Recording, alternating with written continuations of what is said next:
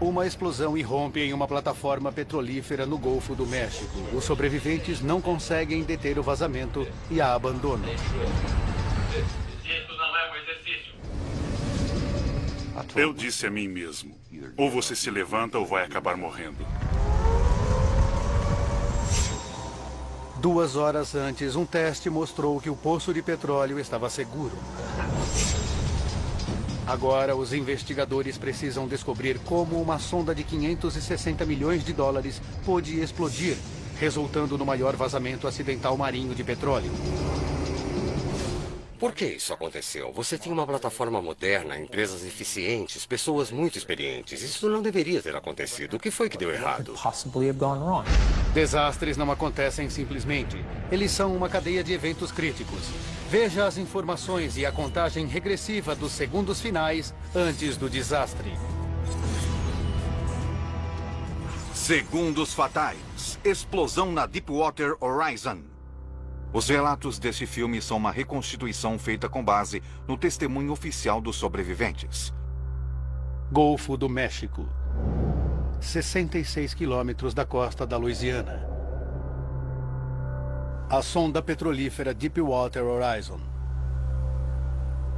– 20 de abril de 2010. 5 horas da tarde. O encarregado de sonda sênior, Randy Ezell, é o chefe do departamento de perfuração da sonda, com um índice de segurança exemplar. Tínhamos um grupo VIP que veio da BP e Transocean, proprietários da sonda. Íamos fazer uma visita geral à plataforma. Uma das últimas áreas a que fomos era onde estavam conduzindo o teste negativo. Aconteceu exatamente quando chegamos.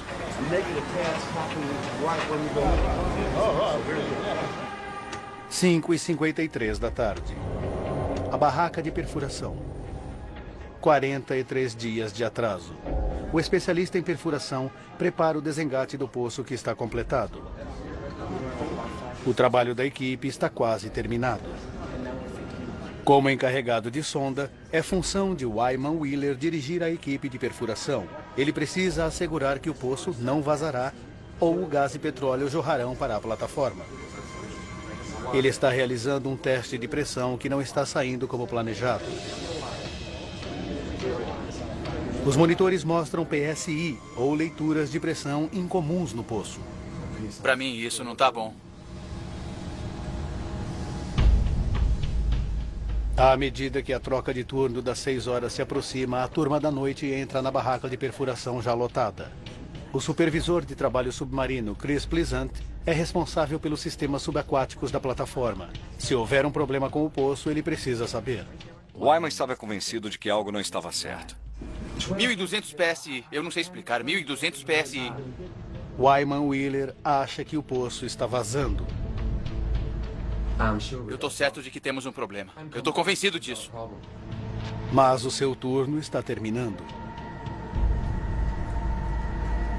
Jason Anderson dirige o turno da noite.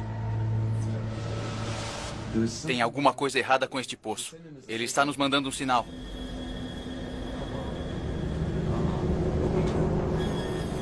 Anderson começa um novo teste de pressão. Precisamos fazer um teste negativo.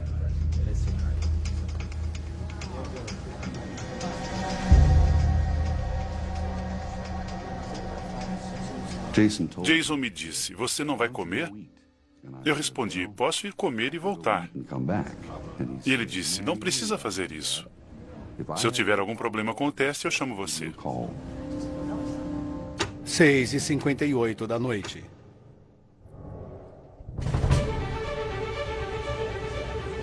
Senhores, bem-vindos. Todos sabem que estamos aqui para celebrar o orgulho do Golfo. Na sala de reuniões, Randy Ezell juntou-se aos VIPs enquanto eles se parabenizavam pelo excelente índice de segurança. Nos últimos 7 anos, esta plataforma não teve paralisações. Senhores, uma salva de palmas para si mesmos e todos os seus esforços. Muito bem. Eles não haviam tido interrupções devido a acidentes pessoais em 7 anos.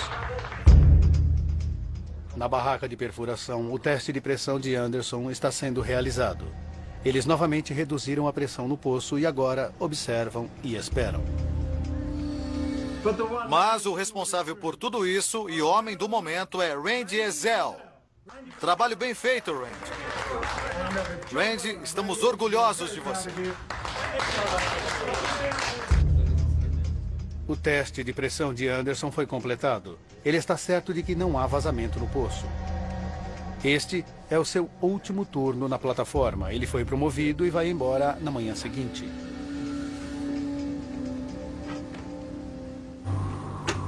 9h10 da noite. Olhei o relógio, eram 9h10 quando deixei a plataforma. Eu disse, Jason, preciso ir trabalhar na grua antes de abrir. Ele disse, a tensão está no nível certo? Eu disse, tudo está perfeito.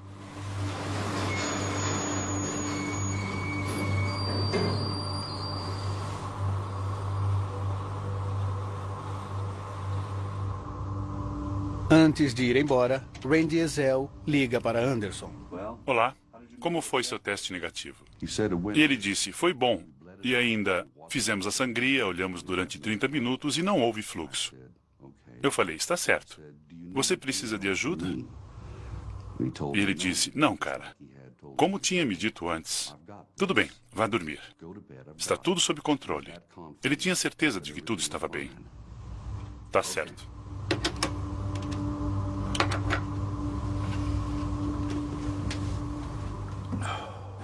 Nove e 31. Enquanto se preparavam para desengatar, a equipe de perfuração notou que a pressão no poço aumentara inesperadamente. Ei, Jason, essa coisa tá maluca. Nunca vi nada assim.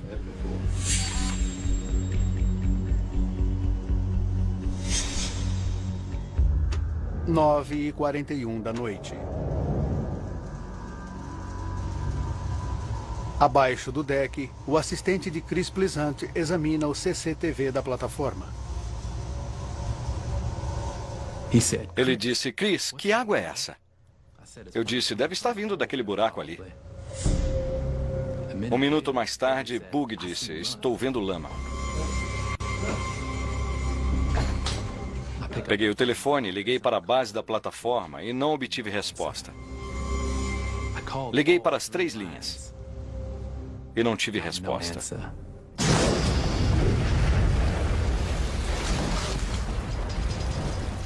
Muita lama está saindo do poço e sendo lançada ao ar a 74 metros, jorrando sobre a plataforma. Para evitar um desastre, a equipe sabe que terá de controlar o poço imediatamente. Eles fecham válvulas para deter a lama e o combustível que escapam do poço.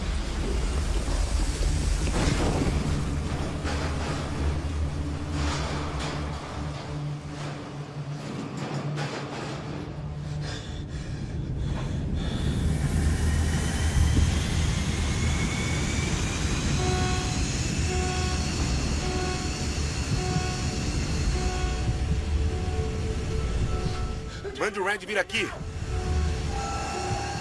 A equipe perdeu o controle e o poço está explodindo.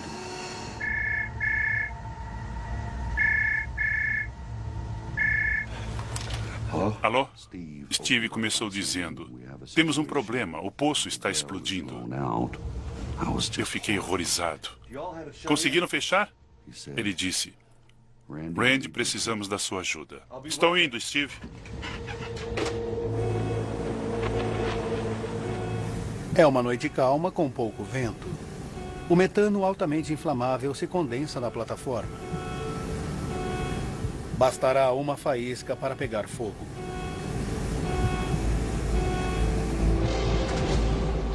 Quando o gás chega à sala dos motores, os que eram a diesel falharam. 9h49 da noite.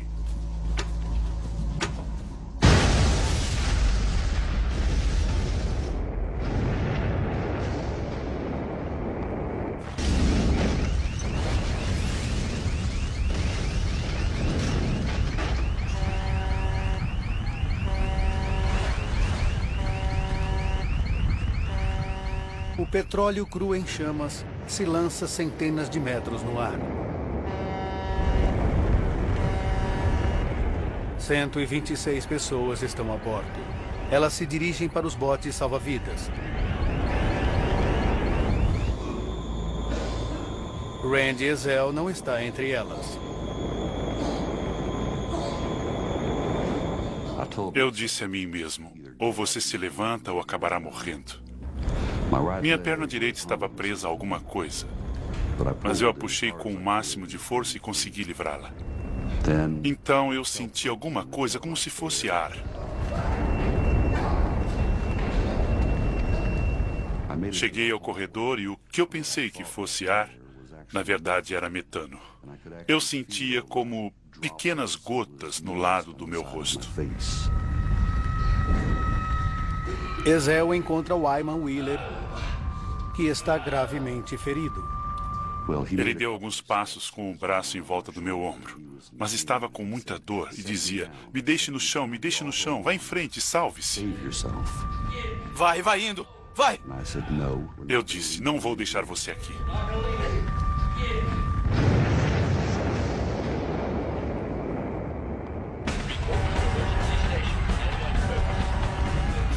Antes de poder sair, Chris Pleasant precisa tentar apagar o fogo.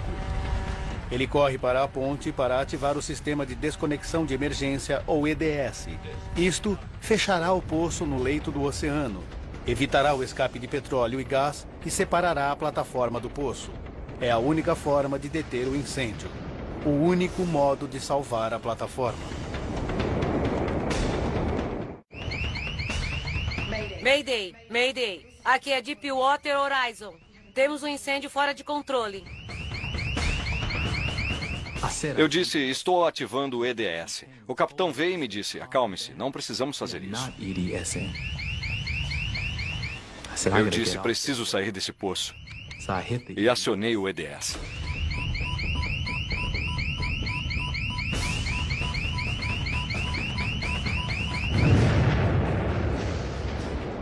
O petróleo cru e o gás continuam a jorrar do poço, alimentando as chamas e as explosões. A desconexão de emergência não funcionou. O capitão voltou e me disse, podemos acionar o EDS. E eu falei, já fiz isso.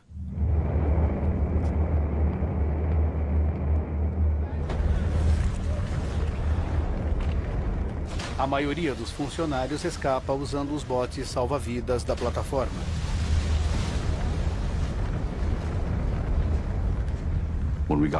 Quando deixamos o alojamento, a primeira coisa que observei foi que os 2 botes salva-vidas já tinham ido embora. Ezell coloca Wheeler em uma embarcação backup e estão entre os últimos a sair. Muitas pessoas estão pulando na água. Muitas pessoas estão pulando na água. No calor infernal, os últimos homens na plataforma mergulham no mar de uma altura de mais de 18 metros.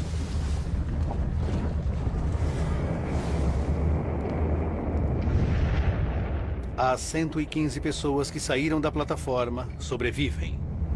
Elas foram para o navio de suprimentos próximo à plataforma. Jason Anderson e a equipe de perfuração não foram encontrados. Presume-se que morreram instantaneamente quando a explosão ocorreu no deck.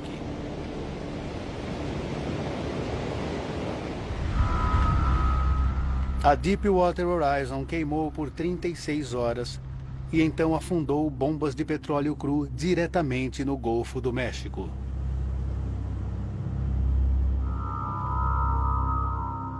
O mundo precisa saber como uma plataforma com um registro de segurança extraordinário pôde ser atingida por um desastre desses durante uma operação de rotina.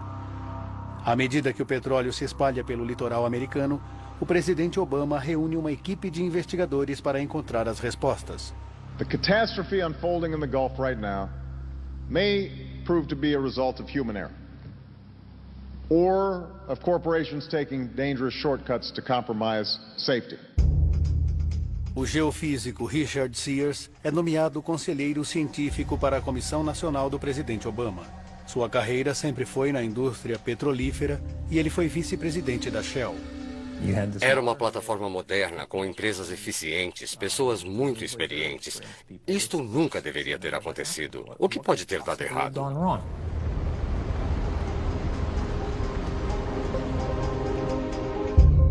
Agora, revendo os eventos que levaram ao desastre e mergulhando nas investigações, podemos revelar como essa sofisticada plataforma petrolífera pôde explodir, matando 11 pessoas e criando o maior derrame marinho acidental do mundo. A Deepwater Horizon é a mais moderna plataforma de extração de petróleo. Ela detém o recorde de perfuração do poço mais profundo do planeta, com mais de 10,5 km. Ela é operada pela Transocean. A equipe terminou de perfurar e construir o poço Macondo para a BP.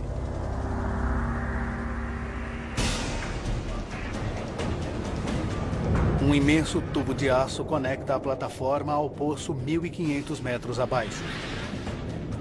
O poço se estende por 4.000 metros para dentro da crosta terrestre, onde são extraídos petróleo e gás natural em uma estimativa de 110 milhões de barris. Mas, por enquanto, a equipe não quer petróleo. A Deepwater Horizon só perfura e instala o poço. Uma sonda diferente virá extrair o petróleo.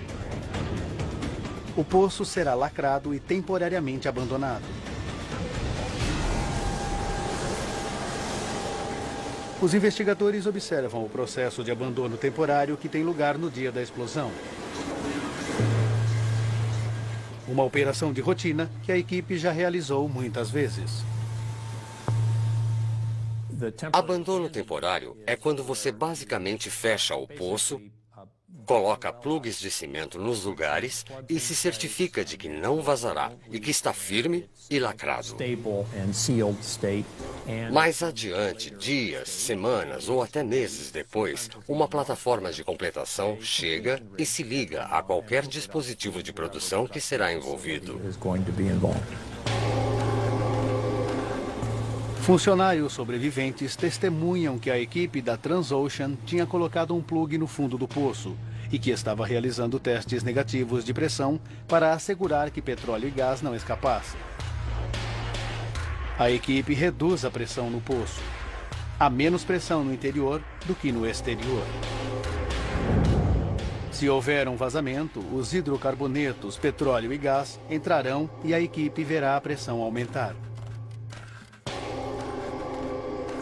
O importante é se assegurar de que o plugue de cimento no fundo do buraco mantenha os hidrocarbonetos em formação, não deixando que passem para o poço.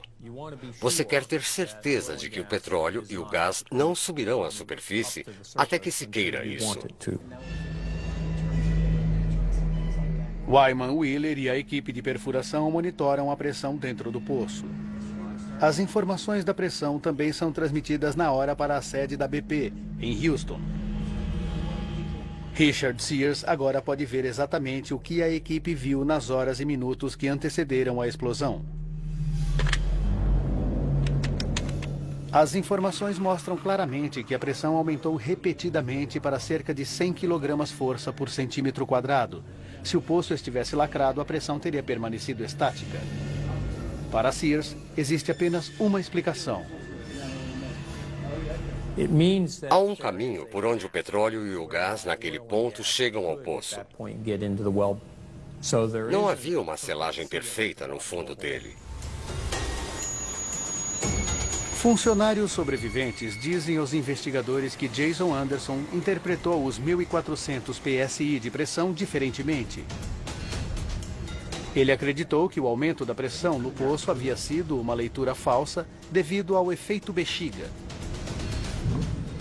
Ele achou que o peso do fluido do tubo que corre para o leito do mar estava agindo como uma bexiga cheia, transmitindo pressão através de uma válvula fechada e fazendo a pressão do poço subir. O líder da BP aceitou a explicação de efeito bexiga de Jason Anderson. Sendo o responsável por decidir se o poço havia passado ou fracassado no teste, ele concordou que os 1.400 PSI eram uma leitura falsa. Mas Richard Sears acha que eles estão errados. Em nosso trabalho investigativo, não vimos e não falamos com ninguém que acreditasse que 1400 PSI pudesse dever-se a algo chamado efeito bexiga. Existem coisas em plataformas conhecidas como efeito bexiga, mas elas tendem a ser menores e nossa impressão era que não seria uma explicação viável. Claramente eles estavam errados. E o porquê de terem cometido esse erro, eu não sei. O erro custa a Jason Anderson e 10 de seus colegas as suas vidas.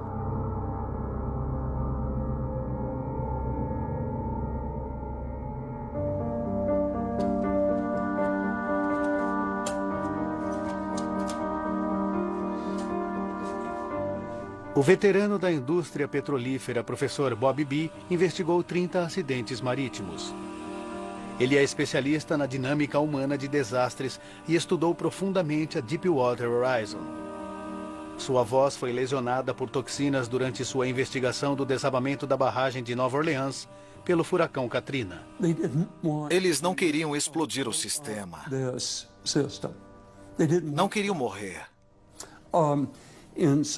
Portanto, tem de haver uma explicação de como fizeram isso. Frequentemente, pensamos nas coisas como queremos que sejam, e não como elas são. Se queremos que fique tudo bem, fazemos o possível para sustentar esse modo de pensar. Eles encontraram uma explicação implausível para esclarecer a pressão do tubo de perfuração, porque era no que eles queriam acreditar. A explicação é simples, lógica e errada. A equipe de perfuração perdeu a oportunidade de ver que o poço poderia explodir. Nesse ponto, eles podiam ter evitado o desastre. Foi um erro grave, mas não irremediável.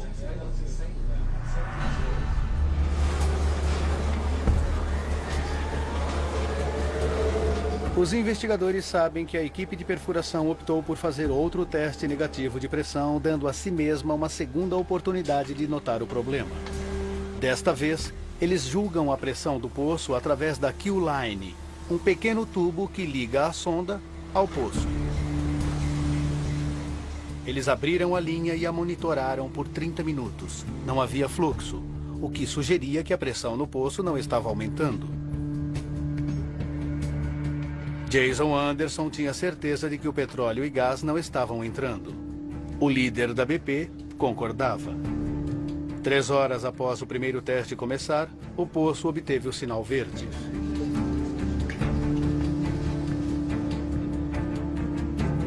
Mas as informações mostram que dessa vez a pressão no tubo de perfuração permaneceu em 1400 PSI. Como 2 canudinhos em um copo, o tubo de perfuração e a Q-Line deveriam apresentar a mesma leitura. Em um desses pedaços de tubo, vê-se uma pressão de 1400 PSI. Em outro vê-se 0, e não devia ser assim. A única explicação viável é que, por alguma razão, a Q-Line estava conectada. Pode ter sido ligada a algum material estranho do poço ou introduzido pela plataforma. Não sabemos. A equipe acreditou na leitura falsa e desconsiderou a verdadeira. Eles não investigaram a discrepância da pressão e perderam a segunda chance de ver que o poço estava vazando, a segunda chance de evitar a explosão.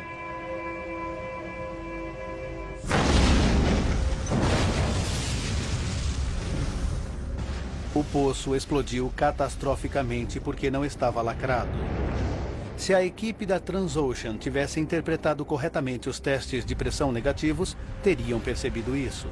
Nesse ponto, eles poderiam ter fechado a plataforma no leito do mar e evitado a explosão. Mas não foi assim, e eles pagaram com suas vidas. Isto não é um exercício. Isto não é um exercício. Mas agora, os investigadores precisam entender por que o poço não estava lacrado. Richard Sears fica sabendo que a parte final do poço foi colocada no lugar na véspera da explosão. 19 de abril de 2010. Conforme o poço é perfurado, é alinhado com tubos de aço. Uma vez que o último pedaço está no lugar, o cimento é bombeado para sua base. Ele passa pelos buracos e enche a coroa anular, o espaço na cavidade do poço. Isso feito, o cimento lacra o poço, evitando que o petróleo e o gás entrem. A chave é preencher a coroa anular com o cimento uniformemente. A coroa anular fica na extremidade de um pedaço de tubo que tem basicamente 5.600 metros da plataforma até o fundo do buraco. E você tem de bombear o cimento para baixo, por esse tubo e para fora. É meio incerto, por sua própria natureza. Um dos trabalhos mais críticos e difíceis na perfuração de um poço é que a equipe trabalha às cegas. É crucial que eles garantam que o último tubo de aço, o invólucro, se posicione centralmente. Se ele estiver mal posicionado, o cimento não corre por igual em torno dele. Isso deixa canais que permitirão que o petróleo e gás entrem no poço. As equipes posicionam o invólucro com centralizadores que asseguram que o cimento corra por igual em todos os lados. O número de centralizadores e sua exata colocação são determinados para cada poço.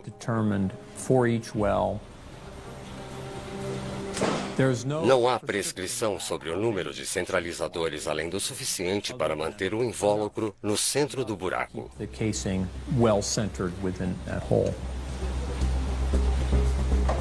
A questão crucial para Richard Sears é: foram instalados centralizadores suficientes?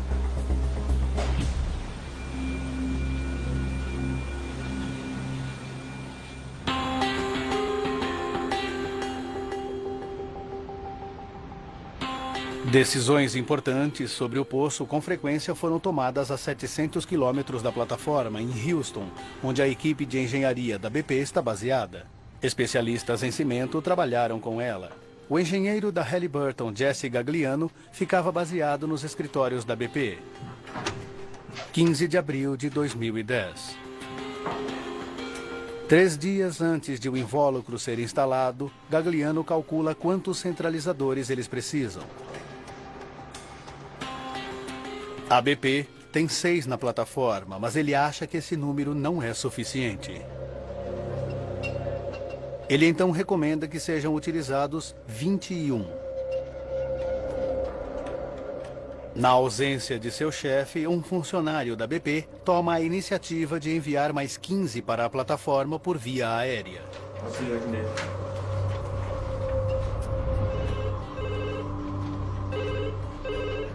No dia seguinte, o chefe, o líder da equipe da BP, John Guide, reverte a decisão. Os novos centralizadores são de desenho diferente e ele acha que poderiam ficar presos durante a colocação no poço, um problema que causaria sérios atrasos.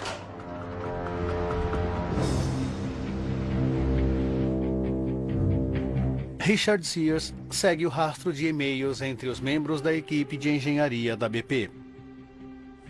O ponto principal foi que havia um tráfego de e-mails, onde certo número de centralizadores, até 21, foram recomendados. E no final, eles eram 6.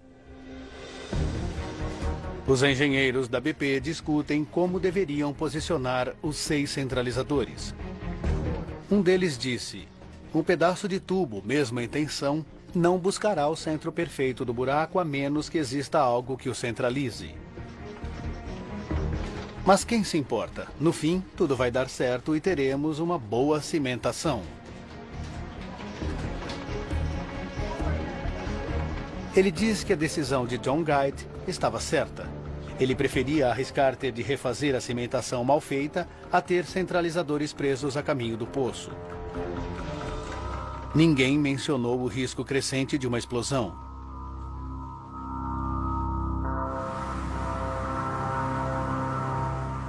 Poucos centralizadores podem ter colocado o poço na rota do desastre. Mas os investigadores não confirmam isso.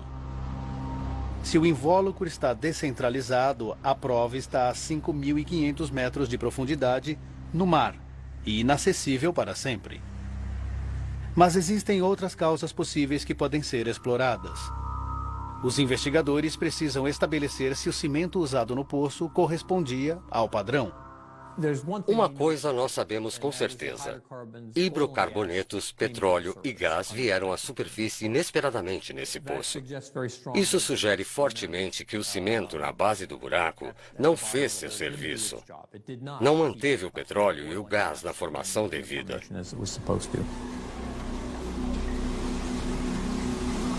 Uma única fórmula de cimento é criada para cada poço. É uma mistura complexa de cimento em pó, aditivos químicos e água. A chave para o cimento dar certo é que ele seja próprio, que tenha sido colocado adequadamente e que tenha a força e as características certas e requeridas para suportar a pressão que é exercida sobre ele. Os investigadores estudam a fórmula do cimento que a Halliburton criou para o poço. E o fluxo?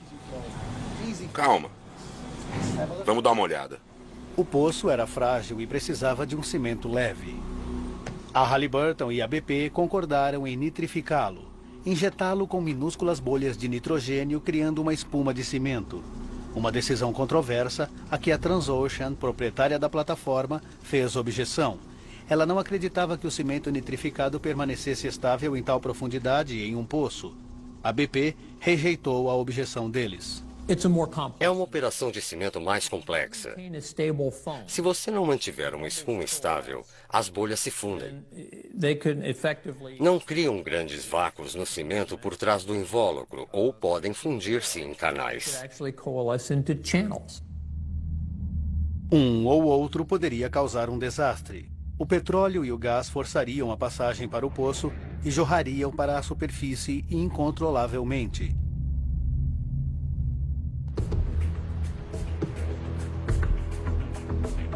Na Louisiana, a Halliburton tem um laboratório de teste de cimento. Fevereiro de 2010. Eles fazem testes piloto na espuma de cimento nitrificado. Um teste mostra que a espuma é instável e que tem nitrogênio escapando. Tem bolhas aqui.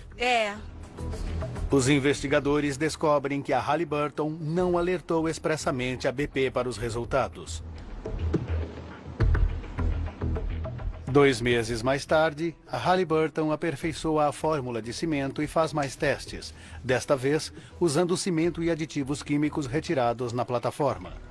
Os resultados mostram que ainda há escapamento de nitrogênio. A espuma de cimento é seriamente instável e ninguém informa a BP. Instável. No dia anterior, o cimento é usado no poço. A Halliburton testa outra vez, agora misturando o cimento por mais tempo. Eles afirmam que deu certo, está estável.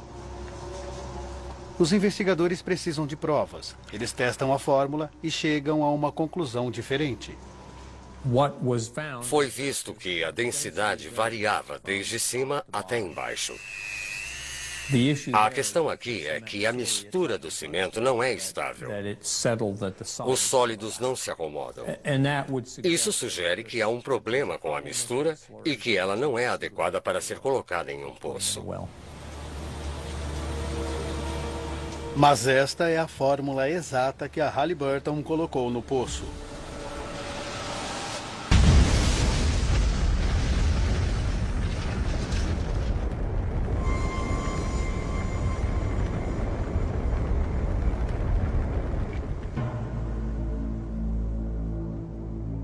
36 horas após o início da explosão, a plataforma afundou. Tubos que a conectavam ao poço enrugaram-se e se partiram. Durante 86 dias, petróleo cru jorrou diretamente no Golfo do México. A estimativa é de que 5 milhões de barris espalharam o desastre ambiental e econômico pelo litoral americano do Golfo. Praia fechada. Somente quando poços de alívio da pressão foram cavados, permanentemente fechando o poço Macondo e interrompendo o fluxo, os investigadores puderam começar a solucionar o mistério final. Por que a desconexão de emergência não funcionou? Sob a plataforma está o mais moderno equipamento de segurança, o Blowout Preventer, ou BOP. É como uma torneira gigantesca com mais de 16 metros de altura. Sob condições normais, enquanto constrói o poço, a equipe utiliza válvulas para controlar o fluxo de fluidos de e para o poço. Mas o BOP também tem uma função de emergência. Ele é projetado para evitar explosões. A questão é que havia um fluxo incontrolável de petróleo e gás para a superfície. E, portanto, o BOP não lacrou o poço. Quando o sistema de desconexão de emergência da plataforma, ou EDS, é ativado, tesouras ou tenazes de aço dentro do BOP se fecham, cortando o tubo de perfuração e cerrando o poço. O BOP, então, se separa, permitindo que a plataforma se afaste.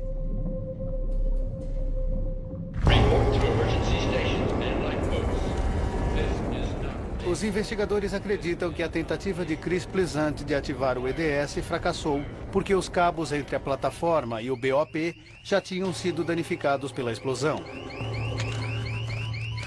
Mas BOPs são construídos para suportar isso. Se um evento catastrófico acontece na plataforma, eles têm o mais moderno sistema à prova de falhas, o Dead Man. Quando a comunicação entre a plataforma e o BOP é perdida, a função do Dead Man, movida à bateria, deveria fechar as tesouras automaticamente. Mas os investigadores descobrem que uma das baterias está fraca. Deveria ter 27 volts, mas tem apenas 7,6, não o suficiente para ativar o Dead Man. A Transocean afirma que a bateria foi carregada na época da explosão e descarregada subsequentemente. Talvez não haja um modo de saber.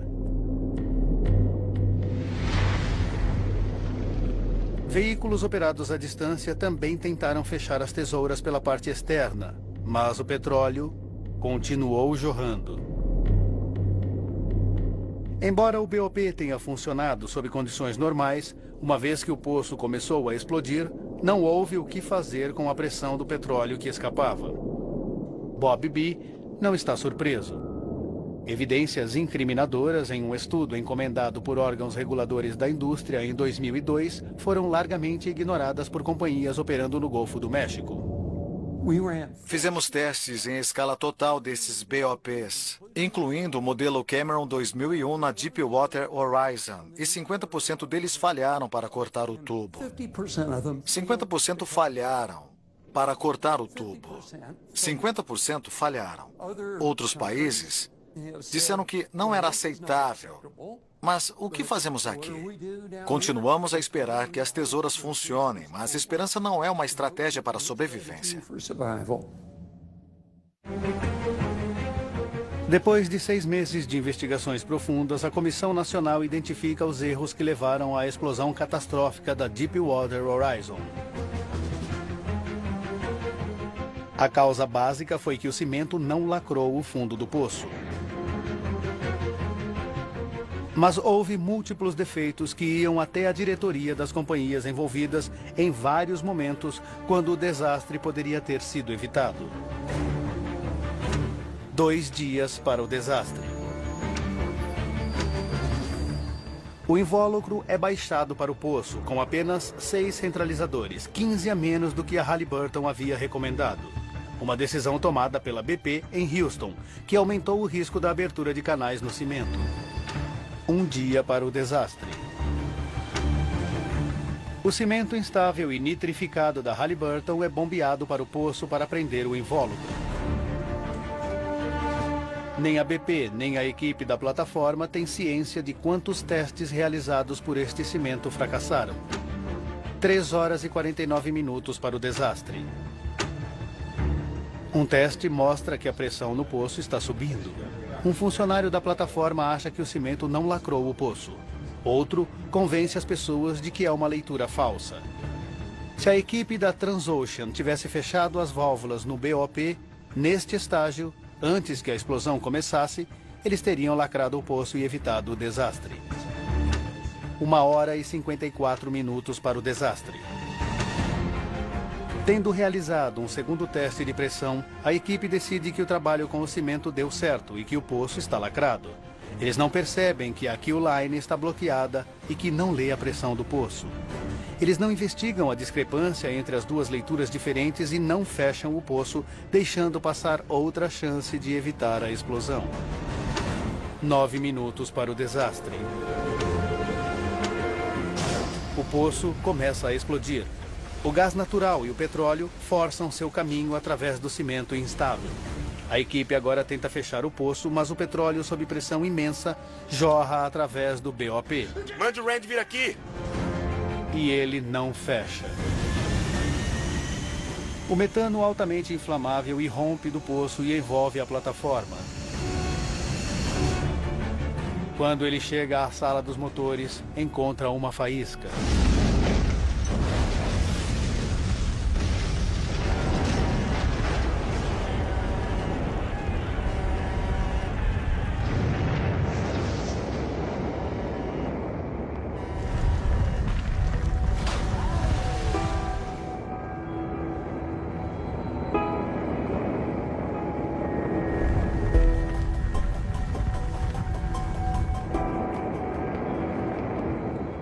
Os investigadores concluem que a BP, a Halliburton e a Transocean tomaram decisões unilaterais críticas, o que aumentou a chance de explosão do Poço Macondo. Pegue qualquer dessas decisões isoladamente e tudo bem, é razoável. É quando juntamos todas que acontece o desastre. E não havia ninguém com uma visão de como o sistema funcionava. As pessoas que morreram naquela noite, em particular, não estavam cientes da complexidade do sistema.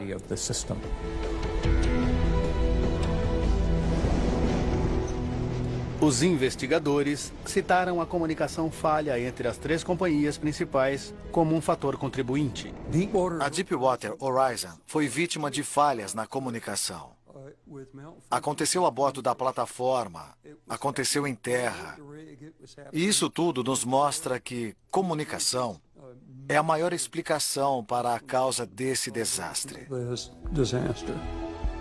Eles questionaram se a necessidade da pressa e do custo eficiente levaram o foco das pessoas para longe dos perigos extremos com os quais elas estavam lidando.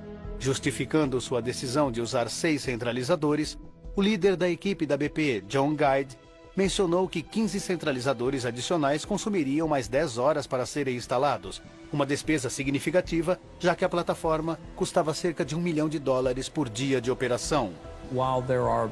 Enquanto há muitas pressões para economizar tempo e dinheiro e ir em frente, existe a necessidade de igual pressão em torno de operações e desempenhos seguros para prover esse equilíbrio. A equipe da Deepwater Horizon estava ciente de que o poço estava atrasado em 43 dias. Eu chamo de maçarico no incentivo. Você sente a pressão e quer seguir rápido. O orçamento inicial foi de $96 milhões. E custou aproximadamente $150 milhões. Isso é muito dinheiro. A Transocean diz que a culpa do desastre é da BP. A Halliburton diz que a BP não forneceu dados essenciais relacionados ao poço. A BP reconhece algumas falhas, mas diz que a Transocean e a Halliburton têm parte da culpa. Eu não quero dizer que pode acontecer de novo, mas é claro que pode, porque o risco não acaba. Não existe risco zero. Ele está sempre presente. Mas a indústria precisa fazer o possível para garantir que não aconteça novamente. Versão Marshmallow São Paulo.